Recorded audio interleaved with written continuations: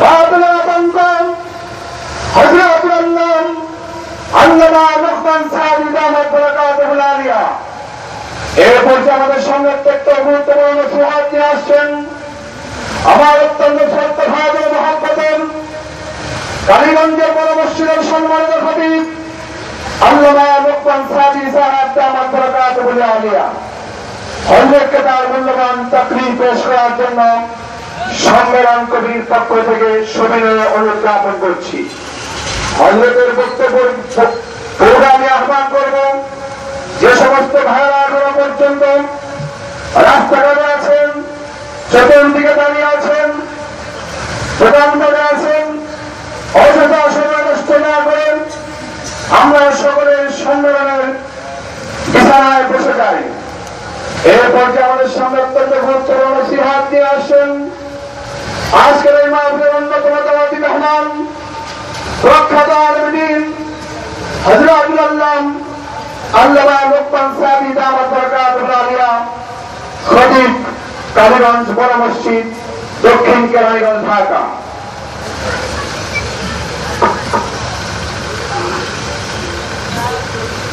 السلام عليكم ورحمة الله. وعليكم السلام ورحمة الله.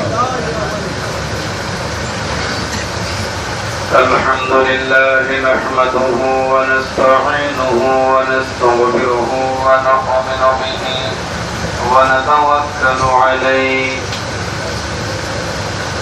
ونعوذ بالله من شرور أنفسنا ومن سيئات أعمالنا من يهده الله فلا مضل له ومن يضلل فلا هادي له ونشهد أن لا إله إلا الله وحده لا شريك له ونشهد أن سيدنا وسندنا وحبيبنا ومولانا محمد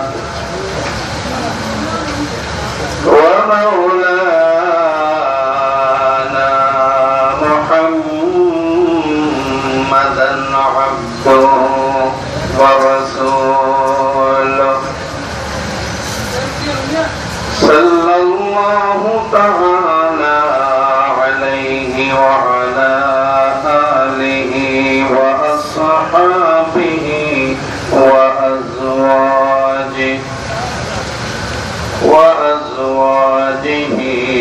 وأهل بيته وسلم تسليما كثيرا كثيرا. أما بعد فأعوذ بالله من الشيطان الرجيم. بسم الله الرحمن الرحيم. يا أيها الإنسان ما غرك بربك الكريم الذي خلقك فسواك فعدلك في أي صورة ما شاء ركبك. بارك الله لنا ولكم في القرآن العظيم ونفعنا وإياكم بالآيات والذكر الحكيم. اللهم صل على محمد وعلى آل محمد كما صليت على إبراهيم وعلى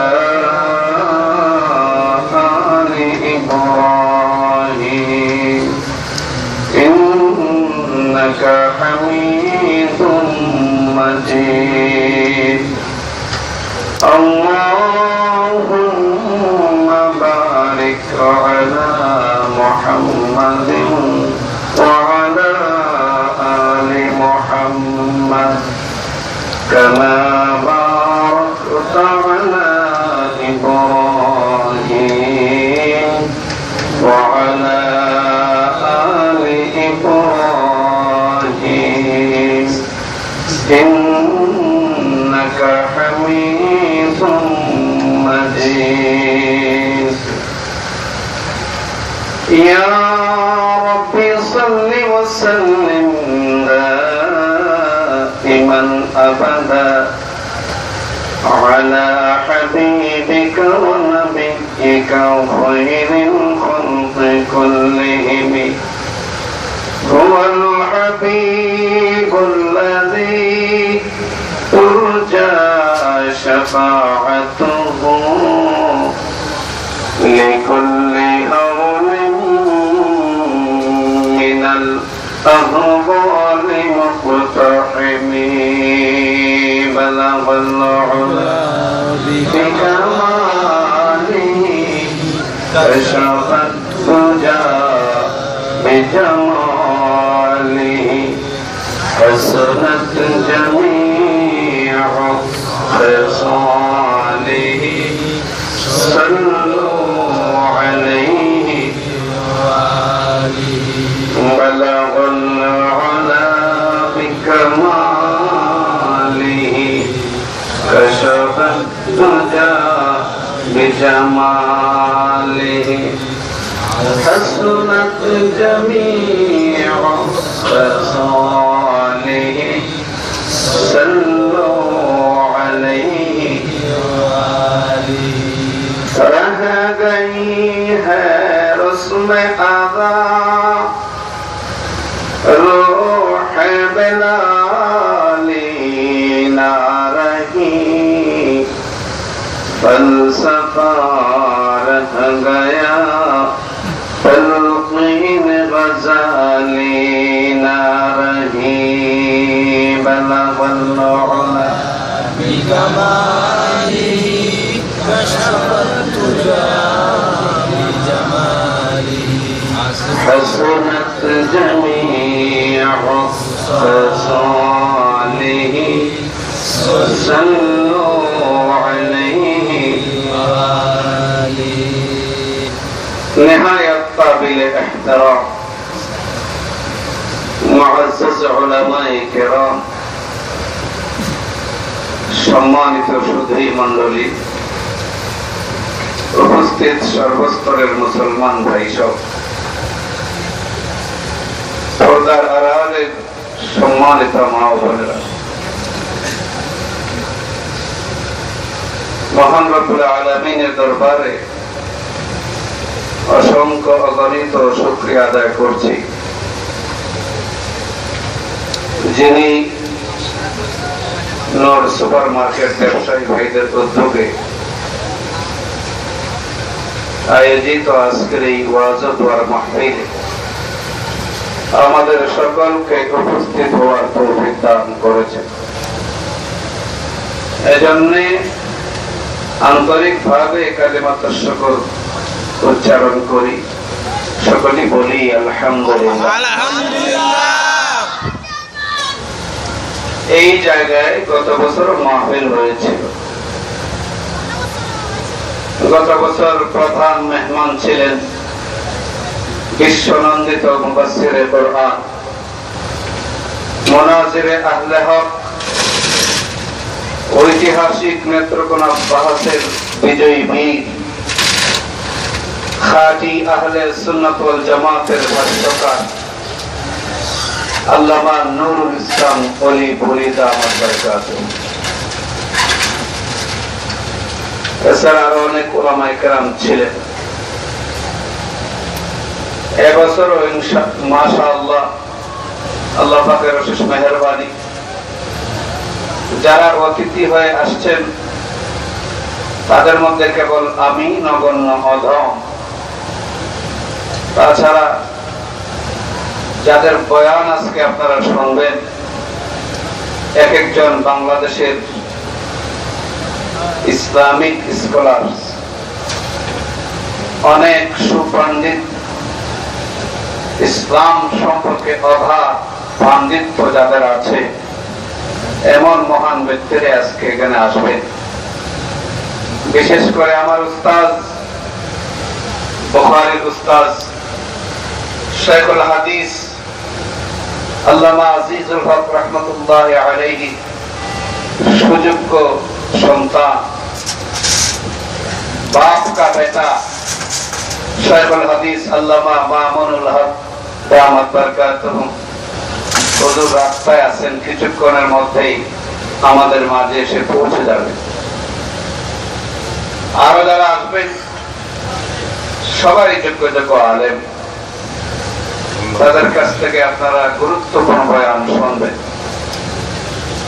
আমি আপনাদের মাঝে বাস করি, প্রতি শুক্রবারে আপনাদের অনেকেই কালীগঞ্জ বড় মসজিদে জুমার বয়ান শুনতে যান, আর না হয় কালীগঞ্জ বড় মসজিদে 4 থেকে 5 হাজার মুসল্লি হয় জুমার সময়। সবগুলোই ওই কালীগঞ্জ মসজিদের আশপাশের লোক নয়, বরং আপনারা যান বলেই মসজিদের ভিতরে বাইরে 1 ইঞ্চি জায়গা খালি থাকে না। আমি সবসময় আপনাদের সামনে কথা বলি, আজকেও আমি বক্তা না হলেও আসতাম। হয়তো আপনারা লক্ষ্য করেছেন গত বছর আমি ছিলাম মঞ্চে, অথচ গত বছর কিন্তু বয়ান করিনি, এরপরও ছিলাম।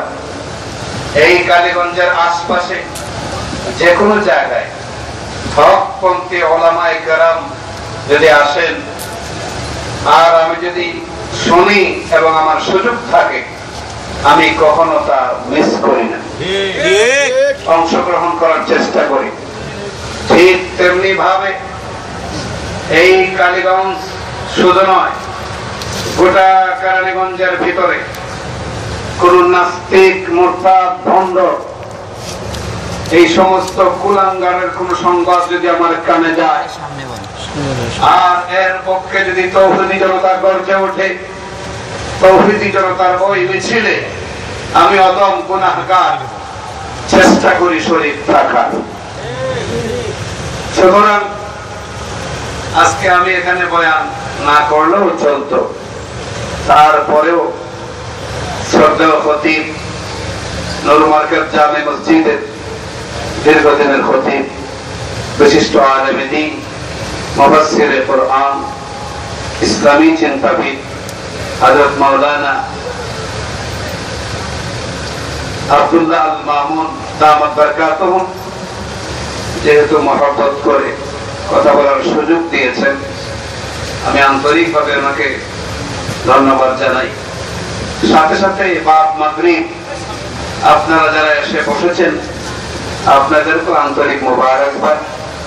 পাশাপাশি আমি অনুরোধ জানাবো, যারা আশপাশে আছেন, দেরি না করে একটু সময় বের করে এই বরকতময় অনুষ্ঠানে শরীক হন।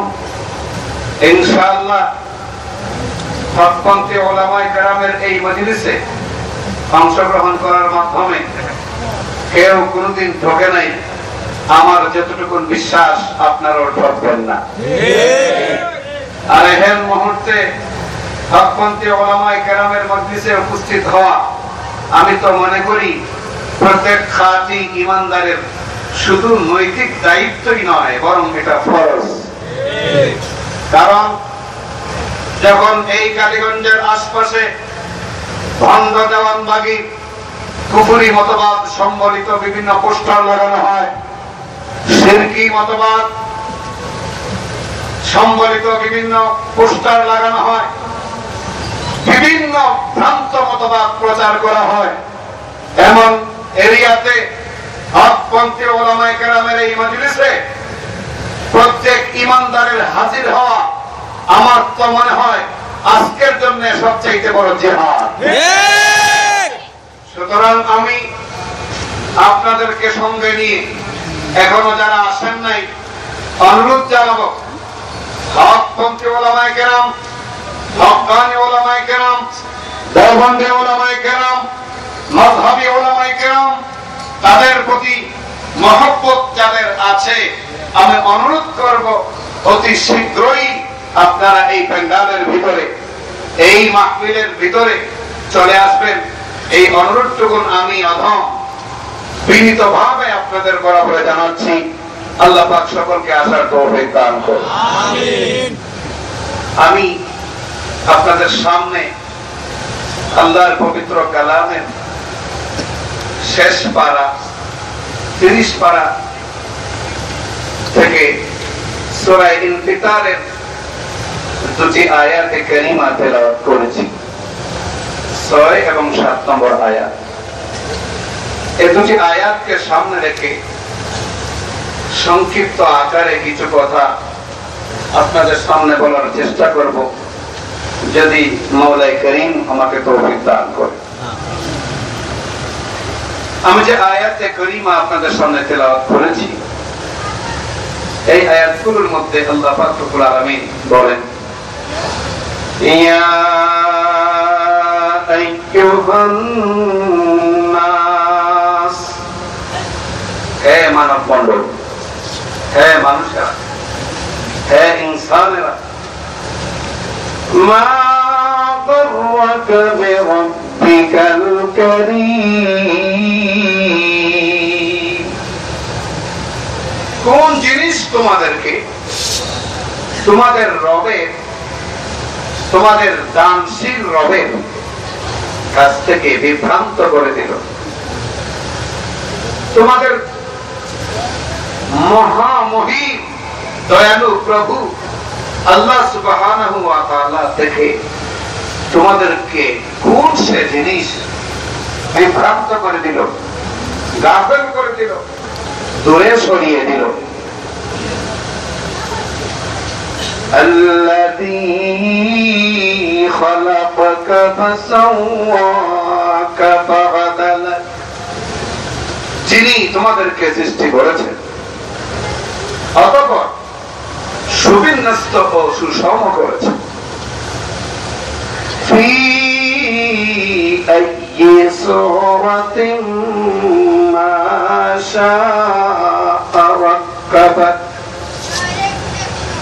এবং তিনি তোমাদেরকে তার ইচ্ছা মতো অবকাঠামো দিয়ে সৃষ্টি করেছেন, তৈরি করেছেন। এ ছিল আয়াতের সরল তরজমা। এই আয়াতগুলোর শানে নজুল প্রসঙ্গে আল্লামা কাজী সানাউল্লাহ ফানিবতি রাহমাতুল্লাহ আলাইহি তাফসীরে মাযহারিতে উল্লেখ করে, এই আয়াতগুলো নাযিল হয়েছিল ইসলামের চিরন্তন দুশমন কুখ্যাত কাফের মক্কার দাগী আসামি ওলীদ ইবনে মুগীরা এবং উবাই ইবনে খালফকে কেন্দ্র করে এই আয়াতগুলো নাযিল হয়েছিল। যে দুটি ব্যক্তিকে কেন্দ্র করে এই আয়াতগুলো নাযিল হয়েছিল, এই দুটো ব্যক্তি কুখ্যাত কাফের, ইসলামের চিরন্তন দুশমন।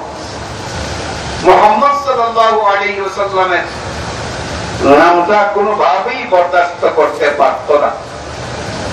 সেই ওলীদ ইবনে মুগীরা কুখ্যাত কাফের, উবাই ইবনে খালফ, এই কাফেরদের দূষর বর্তমানে আমাদের দেশেও দেখা যায়। এই কাফেরদের অনুচর, এই কাফেরদের উম্মত বর্তমানে আমাদের দেশেও খুব ঘন ঘন দেখা যায়। পরিষ্কার করে বলতে চাই, এখনই গোল্ডেন টাইম, এখনই সুবর্ণ সময়। এই সময়ে যদি আমরা ঘুরে দাঁড়াতে না পারি, ১,৫০০ বছর আগে এই মক্কার কুখ্যাত কাফের মুশরিকদের অনুচর অনুসারী এইরকম কুলাঙ্গার নাস্তিকদের বিরুদ্ধে যদি আমরা ঘুরে দাঁড়াতে না পারি, তাহলে কিন্তু এমন দিন বেশি দূরে নয়, এই নূর মার্কেটের গলিতে মাহফিল করতে দেওয়া হবে না। এমন দিন বেশি দূরে নয়, বাড়ি বাড়িতে কোরআনের খতম করতে দেওয়া হবে না। এমন সময় বেশি দূরে নয় যে আল্লাহ এবং তার রাসূলের নাম কোনোভাবেই নেওয়াই যাবে না। সুতরাং যদি এমন দিন কামনা না করেন, বরং যদি চান বাংলাদেশের প্রত্যেকটা প্রতিষ্ঠানে, বাংলাদেশের প্রত্যেকটা রাস্তার মোড়ে, বাংলাদেশের প্রতিটি ঘরে ঘরে কালেমা তৈবার পতাকা পথ পথ করে উঠতে যদি আপনাদের দেখতে মনে চায়, তাহলে এই মুহূর্তেই নাস্তিক মুরতাদ কুলাঙ্গার বেঈমানদের বিরুদ্ধে জোরালো আন্দোলন মাঠে ময়দানে গড়ে তুলতে হবে। এহেন আন্দোলন করতে গিয়ে যদি জান দিতে হয়, মাল দিতে হয়, সম্পদ দিতে হয়, পাশাপাশি ওই সমস্ত নাস্তিক মুরতাদদেরকে যারা সহযোগিতা করে, সাহায্য যোগায়, সেই ভণ্ড দেওয়ানবাগি, রাজারবাগি সহ ভণ্ডপীরদের বিরুদ্ধে যদি আন্দোলন হয়, এই কেরানীগঞ্জে আর যদি সম্পদ চাওয়া হয়, মাল চাওয়া হয়, ধন চাওয়া হয়, জান চাওয়া হয়, দিতে প্রস্তুত আছেন না? আল্লাহু আকবার, নারায়ে তাকবীর, আল্লাহু আকবার, ইসলামের শত্রুরা হুঁশিয়ার সাবধান, ইসলামের শত্রুরা হুঁশিয়ার সাবধান, নারায়ে তাকবীর, আল্লাহু আকবার।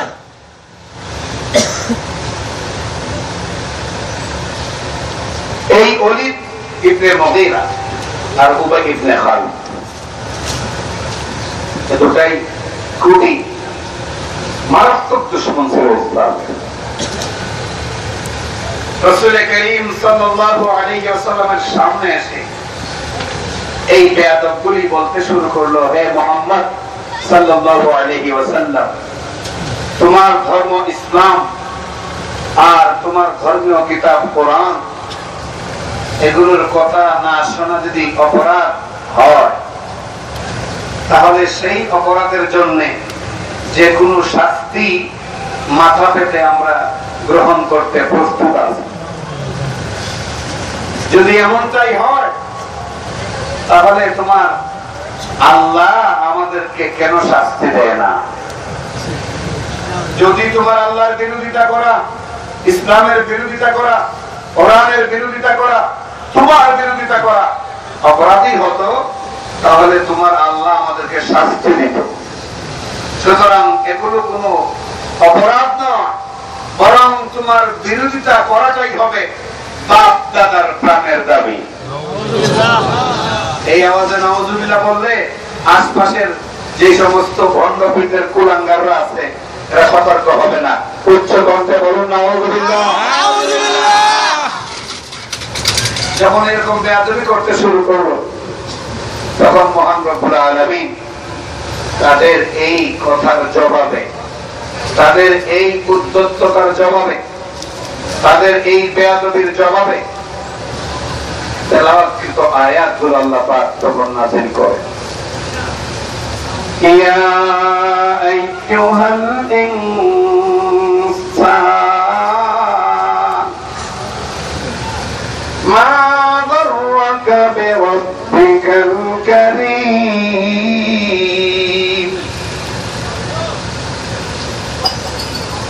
আওয়াজটা মনে হয় সকলের মনোভূত হইতেছে না।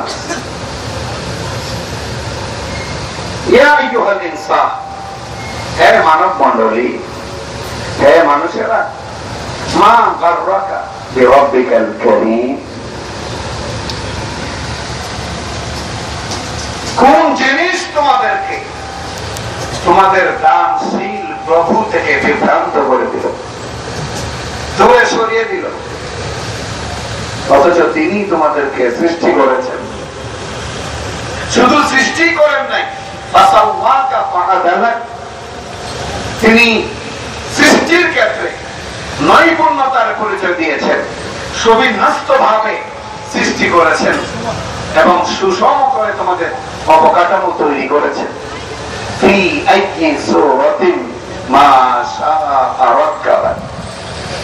তিনি তার ইচ্ছা মতো অবকাঠামো দিয়া, মন মতো অবকাঠামো দিয়া তোমাদেরকে সৃষ্টি করেছেন।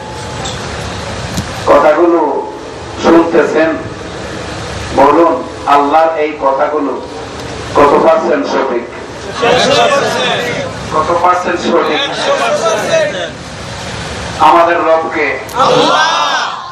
হাত পা সব কিছু দিয়েছেন কে?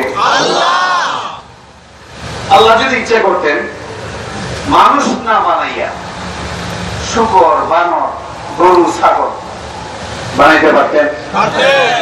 এই শক্তি আল্লাহর আছে।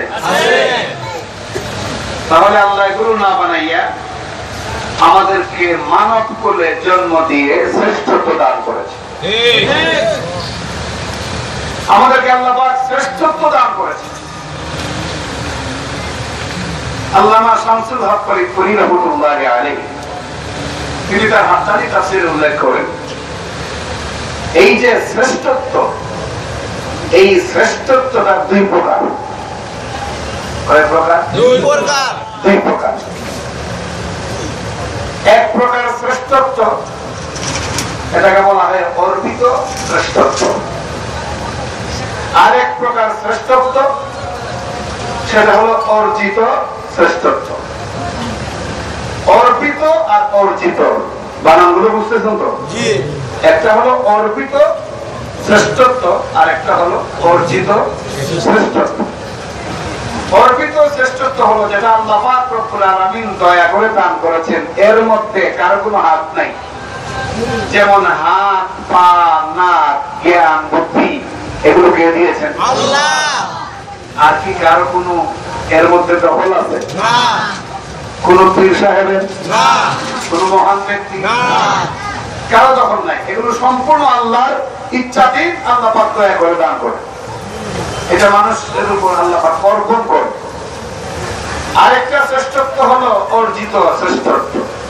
সেটা হলো আল্লাহর অনেক বান্দা এমন আছেন যারা ইবাদত বন্দেগীর মাধ্যমে, নেক কাজের মাধ্যমে আলেম হন, আবেদ হন, কারি হন, মুসল্লি হন, হাজি হন, দানশীল হন, এগুলোর মাধ্যমে এমন শ্রেষ্ঠত্ব তারা অর্জন করেন যা ফেরেশতার মর্যাদাকেও হার মানায়। এই দুই রকম শ্রেষ্ঠত্ব আল্লাহ পাক রব্বুল আলামিন দান করেছেন মানুষকে। আলহামদুলিল্লাহ বলুন। আলহামদুলিল্লাহ। দেখুন মানুষকে আল্লাহ কত সুন্দর করে সৃষ্টি করেছেন।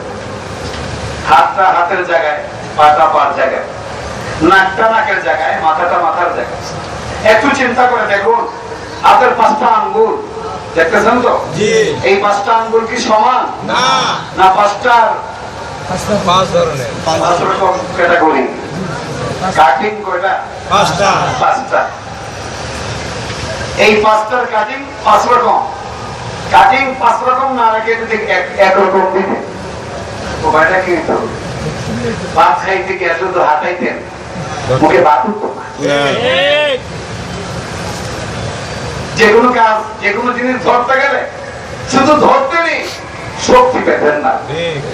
এই যে সুবিন্যস্ত করা, ঠিক ঠিক মতো কাঠামো তৈরি করা, এটা একমাত্র আল্লাহ। আওয়াজটা একটু জুড়ে দেন না, ঘটনা কি? আল্লাহর নাম নিবেন পাগলের মতো, যাতে নাম শুনে আল্লাহ পাক খুশি হয়ে যান। এগুলো কে করেছেন? আল্লাহ। আল্লাহ করেছেন। তা না করে ইচ্ছে করলে শুকর বানাইতে পারতেন, বানরও বানাইতে পারতেন। শক্তি আছেন আল্লাহ? আছে। বয়ানের শুরুতে একটা উপমা দেই। আল্লাহর যে শক্তি আছে, ইচ্ছে করলে যে আল্লাহ আমাদেরকে আশরাফুল মাখলুকাত মানুষ না বানাইয়া বানাইতে পারতেন শুকর আর বানর। আল্লাহর যে শক্তি আছে আর একটা প্রমাণ দেই, বাস্তব প্রমাণ। 9ম শতাব্দীর খ্যাতনামা আলেম হযরত মাওলানা আব্দুল আলিম মক্কি রাহমাতুল্লাহি আলাইহি, ওনার একটা প্রসিদ্ধ কিতাব আছে ফাইজুল জুদ। এই কিতাবের মধ্যে তিনি সৈয়দ আব্দুল্লাহ ইবনে সাআদ ইয়াফঈ রাহমাতুল্লাহি আলাইহি নাসরুল মাহাসিন নামক একটা বিখ্যাত কিতাবের রেফারেন্স দিয়ে আল্লাহর একজন বিশিষ্ট ওলি, তৎকালীন যুগের শ্রেষ্ঠতম একজন বুজুর্গ সৈয়দ ইবনে সাবা রাহমাতুল্লাহি আলাইহি জীবনের একটা ঘটনা তিনি সাইদুল জুদে উল্লেখ করেছেন। এই ঘটনাটা তিনি এজন্যই উল্লেখ করেছেন যে আল্লাহ ইচ্ছে করবে মানুষ না বানাইয়া আমাদেরকে বানর, শুয়োর, শ্রীগাল, কুকুর, ছাগল বানাইতে পারতেন। আল্লাহর এই শক্তি যা আছে এটারই একটা প্রমাণ তিনি পেশ করলেন এই ঘটনার মাধ্যমে। তিনি বলেন যেই বুজুর্গের ইতিহাস নিয়ে এই প্রমাণ আমি করতে যাচ্ছি তিনি হলেন শ্রেষ্ঠতম বুজুর্গ আল্লামা ইবনুস সাগা রাহমাতুল্লাহি আলাইহি। ইবনুস সাগা রাহমাতুল্লাহি আলাইহি তিনি অনেক উঁচু মাপের একজন আল্লাহর ওলি, বুজুর্গ ব্যক্তি। তো তার অভ্যাস ছিল তিনি প্রতি বছর হজের মৌসুম আসলেই পাগল মারা হয়ে যেতেন মক্কা যাওয়ার জন্য। তিনি যেতেন মক্কায় গিয়ে হজ কমপ্লিট করে তিনি মদিনায় যেতেন। মদিনায় গিয়ে রাসূল আকরাম সাল্লাল্লাহু আলাইহি ওয়াসাল্লামের পবিত্র রওজা মুবারকের পাশে দাঁড়াইয়া তিনি প্রেমময় কবিতা পাঠ করতেন রাসূলের সাথে। আওয়াজ করে সুবহানাল্লাহ বলে। প্রেমময় কবিতা তিনি পাঠ করতেন। এরপরে হযরত আবু বকর সিদ্দিক রাদিয়াল্লাহু আনহু এবং তারপর ওমর ফারুক রাদিয়াল্লাহু আনহুর কবর, এই দুইজনই নবীজির পাশে, তাদের কবরের সামনে গিয়েও এইরকম প্রেমময় কবিতা তিনি পাঠ করতেন তাদের সামনে। তো এরকম এক বছর তিনি গেলেন অভ্যাস অনুযায়ী, গিয়ে তিনি মক্কায় হজ কমপ্লিট করে মদিনায় গেলেন। গিয়ে রাসূল পাক সাল্লাল্লাহু আলাইহি ওয়াসাল্লামের কবরের সামনে, রওজা শরীফের সামনে প্রথম, তারপরে উমর এবং আবু বকরের কবরের সামনে সেই আবেগতাড়িত কবিতা পাঠ করতেছে।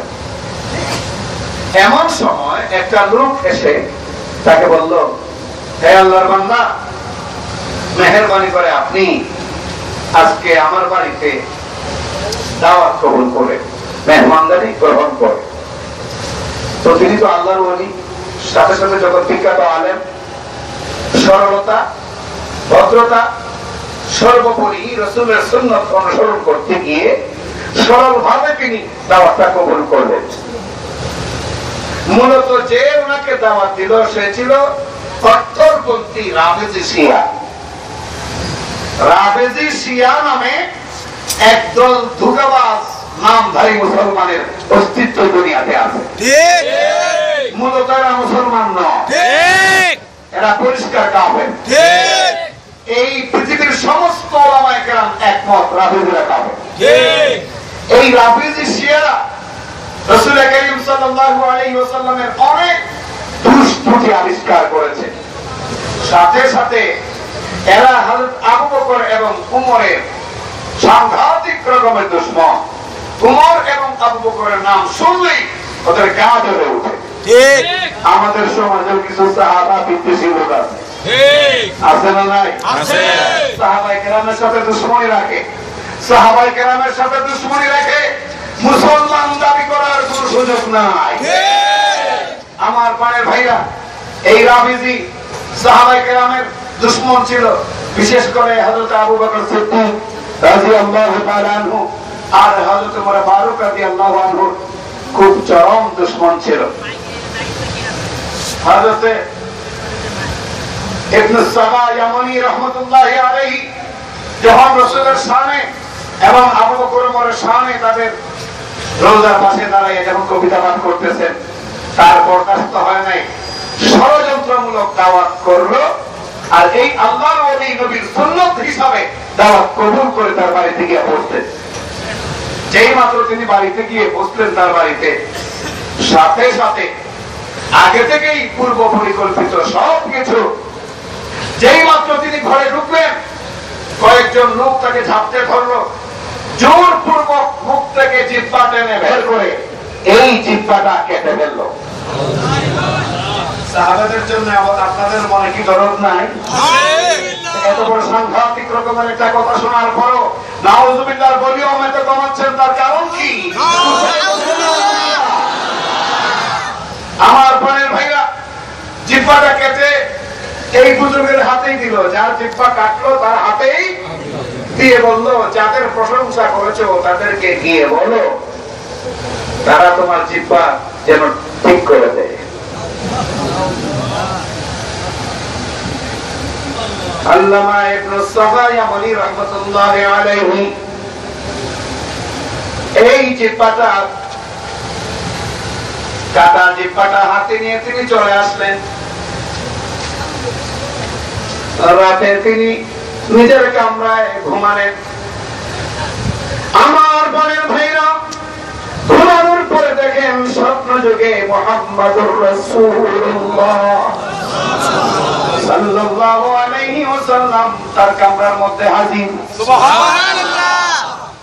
হে আল্লাহর ওলি, আমার উম্মত, আমার প্রশংসা আর আমার আবু বকর গারের সাথী আর আমার সৈনিক ওমরের প্রশংসা করার কারণে ওই রাফিজি তোমার জিহ্বা কর্তন করে দিয়েছে, ওই জিহ্বাটা আমার হাতে দাও। সুবহানাল্লাহ। সুবহানাল্লাহ। রাসূল করিম সাল্লাল্লাহু আলাইহি ওয়াসাল্লাম জিহ্বাটা তার হাতে নিলেন। হাতে নিয়ে বললেন, হে ইয়ামানি, তুমি হাঁ করো। আল্লাহর ওলি হাঁ করলেন। রাসূল আকরাম সাল্লাল্লাহু আলাইহি ওয়াসাল্লাম নিজ হাতে তার জিহ্বাটা লাগায় দিলেন। সুবহানাল্লাহ। ঘুম থেকে উঠে ইবনে সাবা আল্লাহর ওলি প্রকাশা বলুন, ঘুম থেকে উঠে দেখেন তার জিহ্বা আগের মতোই 100% ঠিক হয়ে আছে। সুবহানাল্লাহ। বাস বাকি কাজ শেষ করে তিনি চলে আসলেন তার এলাকায়। পরের বছর আবার হাজির হজে গেলেন মক্কায়। মক্কায় গিয়ে তিনি হজ কমপ্লিট করলেন। কমপ্লিট করে মদিনায় গেলেন। মদিনায় গিয়া ওই আগের মতোই, গত বছরের মতোই রাসূল আকরাম সাল্লাল্লাহু আলাইহি ওয়াসাল্লামের রওজাকে সামনে রেখে এবং আবু বকর ওমরের কবরকে সামনে রেখে তাদের শানে প্রেমের ফলকুদরা থেকে নিঃসৃত শব্দ সম্ভার দিয়ে তিনি আবেগ তাড়িত হয়ে প্রেমময় শায়ের কবিতা পাঠ করতেছেন। সুবহানাল্লাহ। এমন সময় এক যুবক এসে বলল, হে আল্লাহর ওলি, আল্লাহর বান্দা, মেহেরবানি করে আপনি আমার বাড়িতে একটু দাওয়াত গ্রহণ করে। ওই যুবক কিন্তু ছিলেন না এই লোককে, উনিও ছিলেন না সেই যুবককে। মূলত এই যুবকটা হলো যে লোকটা গত বছর এই আল্লাহর ওলির জিহ্বা কেটে দিচ্ছিল, তার ছেলে। আল্লাহর ওলি গেলেন তার বাড়িতে। বাড়িতে যাওয়ার পরে তিনি চারদিক থেকে বুঝে ফেললেন এই বাড়িটা তো গত বছরের সেই বাড়ি, যেই বাড়িতে আমার জিহ্বা কেটে ফেলা হয়েছিল, আমার সাথে বেয়াদবি করে করা হয়েছিল। এই তো সেই বাড়ি। চিন্তায় পড়ে গেলেন কি করা যায়। খানিকটা চিন্তা করে পরক্ষণেই তিনি মাওলায়ে করিমের দ্বারস্থ হলেন। মনের মধ্যে সান্ত্বনা চলে আসলো, ইলহাম হয়ে গেল, হে আল্লাহর ওলি, তোমার এই বছর আর জিহ্বা কাটা হবে না, বরং জিহ্বা কাটার কি পরিণতি সেটা দেখার জন্যই সিস্টেম করে তোমাকে দাওয়াত করিয়ে নিয়ে এসেছি। সুবহানাল্লাহ। আমার প্রাণের ভাইরা, তিনি শান্ত হলেন, একদম শান্ত। কিছুক্ষণ পরেই ওই বাড়িওয়ালা মেজবান সে এসে বলল, হুজুর, আপনার চেহারার মধ্যে কিছুটা ক্লান্তির ভাব, কারণ তিনি বলেন, ক্লান্তির ভাব হলো এজন্যে গত বছর এই বাড়িতেই আমার একটা ঘটনা ঘটছিল। যাই হোক, এই ঘটনাটা তোমাকে এই মুহূর্তে বলার প্রয়োজন নেই। তো তোমার বাবা আছেন, মা আছেন? তখন যুবকটা যখন বাবার কথা তিনি জিজ্ঞেস করলেন, তখন ঝর ঝর ঝর ঝর করে চোখের পানি ছাড়তে শুরু করলো। তিনি বললেন, তুমি কাঁদছো কেন? বলো, খুলে বলো, তোমার বাবা নাই, তোমার মা নাই? মা বাবা একজনও নাই। যুবক বলল, হুজুর আমার বাবা তো নাই, মা তো নাই, ঠিক আছে, বাবার ইতিহাস ভিন্ন। গত বছর আমার বাবা এক নবী প্রেমিককে দাওয়াত করে এনে তার সাথে বেয়াদবি করেছিল। বেয়াদবি করার কারণে ওই বুজুর্গর জিহ্বা সে কেটে ফেলছিল। যেই রাত্রে জিহ্বাটা কাটলো, ওই রাত্রে বুজুর্গ চলে যাবার পর হঠাৎ একটা বিকট আওয়াজ আমরা পেলাম। এই আওয়াজ শোনার সাথে সাথে আমরা ঘরের মানুষ সবাই উঠে গেলাম, জাগ্রত হয়ে গেলাম। আব্বা যে রুমে থাকতেন, এই রুমে গিয়ে দেখি সবই ঠিক আছে, বাড়ির গেট, প্রধান গেট সহ সব দরজা জানালা সবই ঠিক আছে। এই বাড়িতে অন্য কোনো মানুষ তো দূরের কথা, কোনো প্রাণীও ঢোকার কোনো সুযোগ নাই। কিন্তু আশ্চর্যজনক ঘটনা হলো, আমরা সবাই বাবা রুমে গিয়া দেখি আমাদের বাবা আর মানুষ নেই। আল্লাহর নবীর প্রেমিকের সাথে বেয়াদবি করার কারণে আল্লাহ তাকে বানর বানাই দিয়েছে। আওয়াজ করে বলুন, নাউযুবিল্লাহ। আল্লাহ বানর বানাই দিয়েছেন। ও আল্লাহর ওলি, যদি দেখতে চান একটু আসেন, আমার সাথে আসেন। এই বলে একটা কামরায় নিয়ে গেল। ওই কামরার মধ্যে থেকে শিকল বাঁধা একটা বানর। আমার পানের ভাইরা, ওই বানরটা যখন এই আল্লাহর ওলিকে দেখলো, তখন ওই সে ছড়ছড় করে চোখের পানি ছাড়তে শুরু করলো। যুবক বলল, হে আল্লাহর ওলি, এই বানরটাই তো আমার বাবা,